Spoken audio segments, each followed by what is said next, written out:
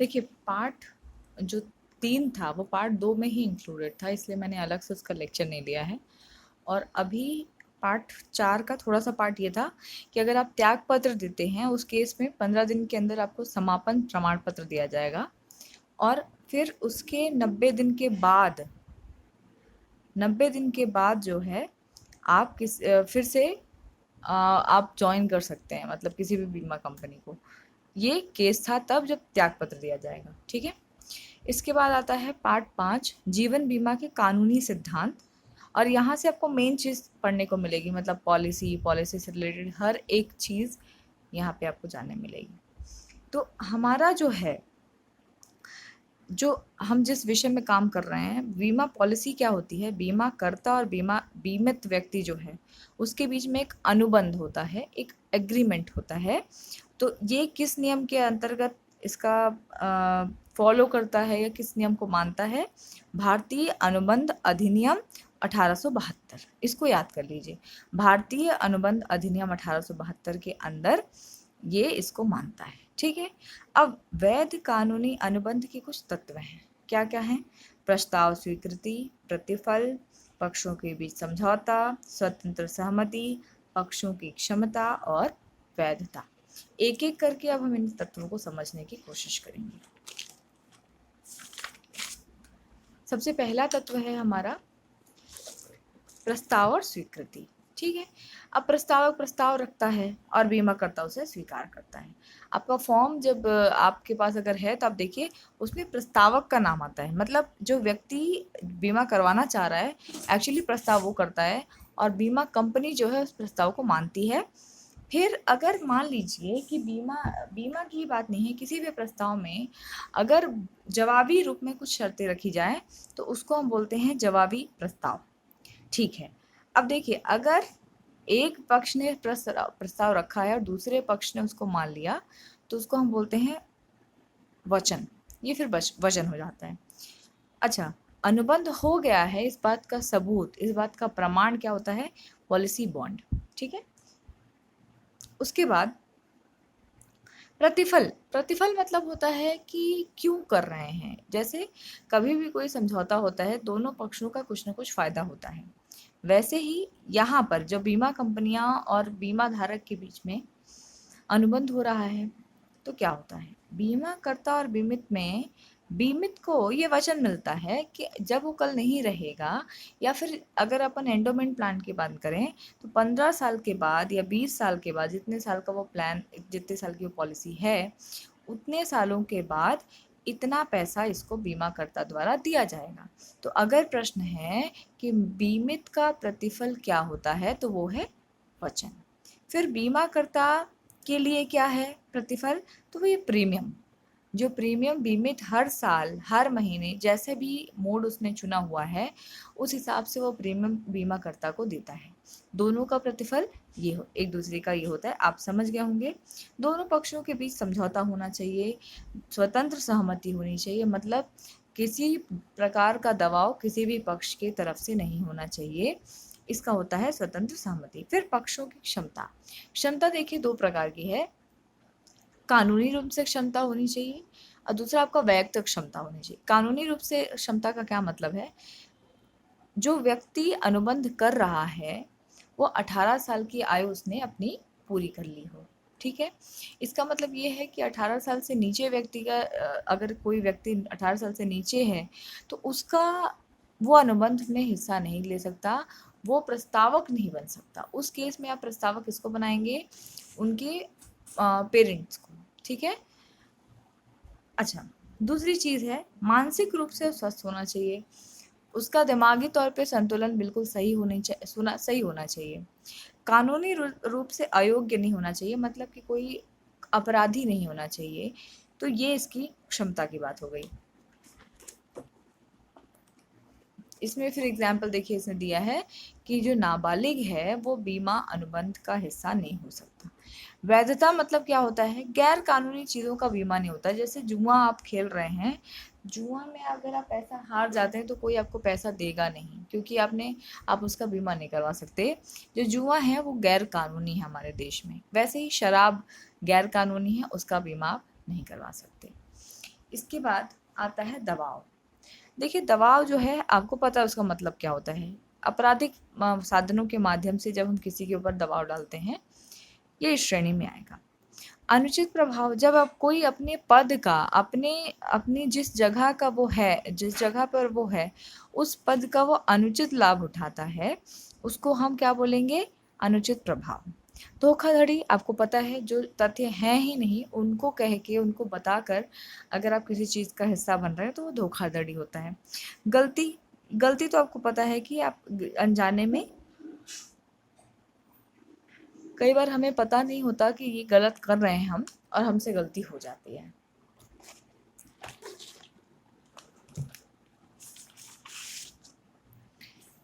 अच्छा, बीमा अनुबंध की कुछ खास विशेषताएं हैं। पहला इसमें आता है अटमोस्ट गुड फेथ, मतलब परम सद्भाव, मतलब चरम विश्वास, मतलब मेरे द्वारा कही गई हर एक बात पूर्णतया सत्य है। ये आपका आता है सेक्शन 45, यानी धारा 45। और कौन सा? जो आपका बीमा अधिनियम है, बीमा अधिनियम 1938, इसकी धारा 45 कहती है इस चीज को कि मेरे द्वारा कही गई हर एक बात पूर्णतया सत्य है। ठीक है। अच्छा, किसी एक में से अगर दूसरे ने पालन नहीं किया, दोनों पक्षों में किसी एक ने भी अगर पालन नहीं किया, तो दूसरा उस फिर अग्रीमेंट को टाल सकता है। फिर कुछ कुछ तथ्य हैं, इसको आप रीड कर लीजिए पॉज करके, जिनको की जरूरत नहीं है बताने की, खुलासा करने की जरूरत नहीं है। इसके बाद आता है हमारा, अगर पॉलिसी एक बार हो गई मान लीजिए, और उसके पॉलिसी होने के बाद अगर कुछ कोई बात आती है, तो उसको भी पॉलिसी धारक को, बीमाकर्ता को बताने की जरूरत नहीं है। लेकिन अगर कोई पॉलिसी बंद हो गई है, लैप्स हो गई है, और उसको वापस शुरू करना है, उस केस में सारी जानकारी वापस से देना है। परम सद्भाव का उल्लंघन कितने तरीके से हो सकता है? तो एक तो अगर अपन चीजें छुपाएं, गैर प्रकटीकरण मतलब चीजें छुपाएं। गलत बयानी मतलब बताएं लेकिन गलत बताएं, तो उसको हम बोलते हैं गलत बयानी। अब कोई भी अनुबंध के लिए जो भी बयान हम देते हैं उसको अभ्यावेदन बोला जाता है। अभ्यावेदन में अब दो आते हैं, एक मतलब अभ्यावेदन गलत तरीके से कितने प्रकार का हो सकता है, तो एक तो निर्दोष और दूसरा धोखाधड़ीपूर्ण। निर्दोष मतलब हमने जैसे समझा, पता नहीं हमें कि गलत हुआ है, और धोखाधड़ी वाला हमें पता है कि जब अपन जानबूझकर करते हैं, उस केस में जो है धोखाधड़ी होता है। अब धोखाधड़ी के लिए IRDAI जो है हमारा, उसका एक्ट है 1938, वो क्या कहता है कि जीवन बीमा पॉलिसी जो है,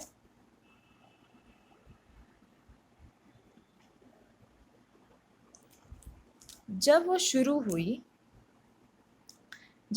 हुई तब से, या फिर जब वो रिवाइव कराया आपने उसको, यानी कि चालू करवाया, तब से आपने कोई आरोहक लगाया, आरोहक मतलब आपने कोई राइडर अलग से ऐड करवाया तब के,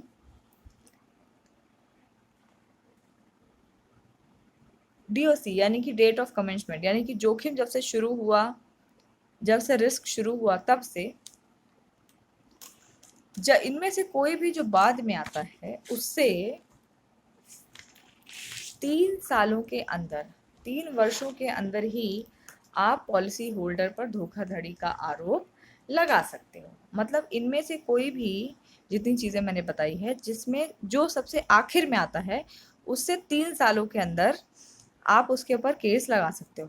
उसके बाद अगर वो आपको पता भी चल गया, तब भी आप धोखाधड़ी का केस उस पार्टी पर नहीं कर सकते हैं। ओके। बीमा कंपनी धोखाधड़ी के आधार पर एक जीवन बीमा पॉलिसी को अस्वीकार नहीं करेगी यदि यह सत्यापित हो जाता है कि ऐसा करने का कोई इरादा नहीं था। अगर पॉलिसी धारक की मृत्यु हो जाती है तो ये सत्य है या असत्य ये प्रमाणित करने का जिम्मा जो लाभार्थी है, जो नॉमिनी है, उस पर चला जाता है, बेनिफिशियरी है, उस पर चला जाता है। 3 वर्षों के बाद किसी पॉलिसी को गलत बयानी के आधार पर सवालों को घेरे में नहीं लाया जाएगा, जो कि मैंने बताया।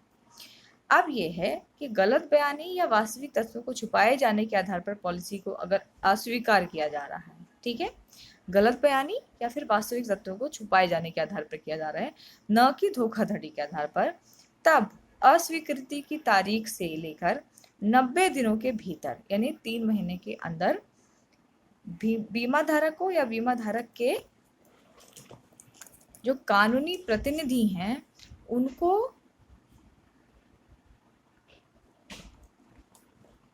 अभी तक के जितने प्रीमियम प्राप्त हुए हैं उनमें से अपने कुछ चार्जेस काट के उनको दे दिया जाएगा।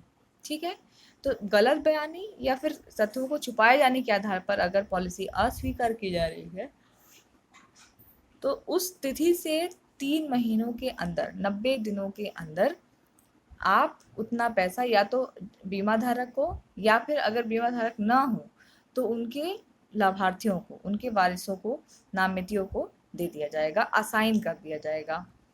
बीमा हित क्या होता है? जिसके न रहने पे आपको नुकसान हो, उसमें आपका बीमा हित है।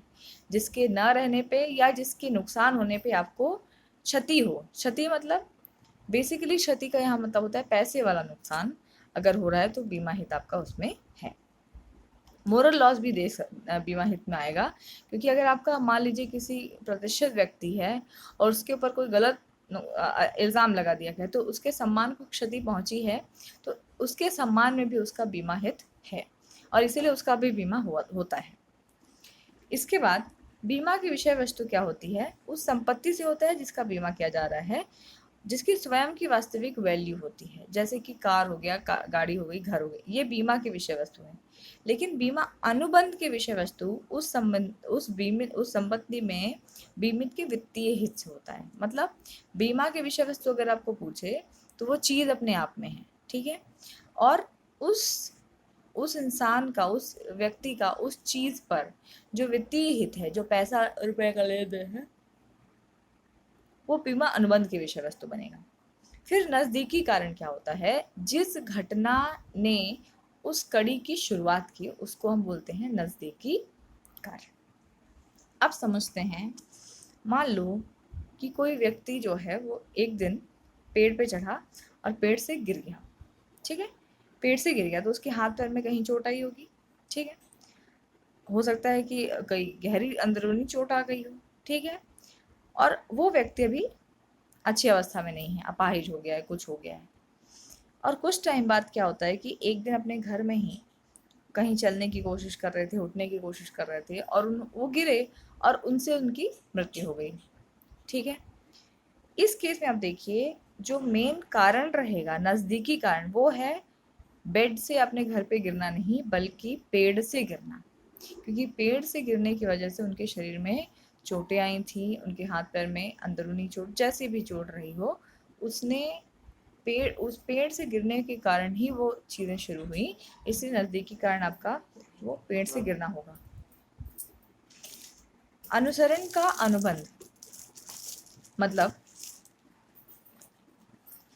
अनुसरण का अनुबंध मतलब शर्तें किसके हक में रहेंगी। यहाँ पर बीमा कंपनी के पास जो है अनुबंध के नियम शर्तें रखने का पूरा सौदेबाजी का अधिकार होता है। फिर एक लास्ट चीज़ इसमें रह गई है आपकी, वो है free look period. Free look period, free look period क्या होता है? जब पॉलिसी हो जाती है उससे 15 दिन के भीतर, 15 डेज के भीतर वो पॉलिसी को रद्द यानी कि कैंसिल किया जा सकता है। ये 15 दिन का टाइम फ्री लुक पीरियड कहा जाता है। इसको कूलिंग ऑफ पीरियड भी बोला जाता है, कूलिंग ऑफ पीरियड। अच्छा, कूलिंग ऑफ पीरियड क्यों बोला जाता है? इस टाइम पे इसको फिर अपन ने पॉलिसी को कूल ऑफ कर सकते हैं इतने दिनों के भीतर, उसके बाद फिर नहीं किया जा सकता।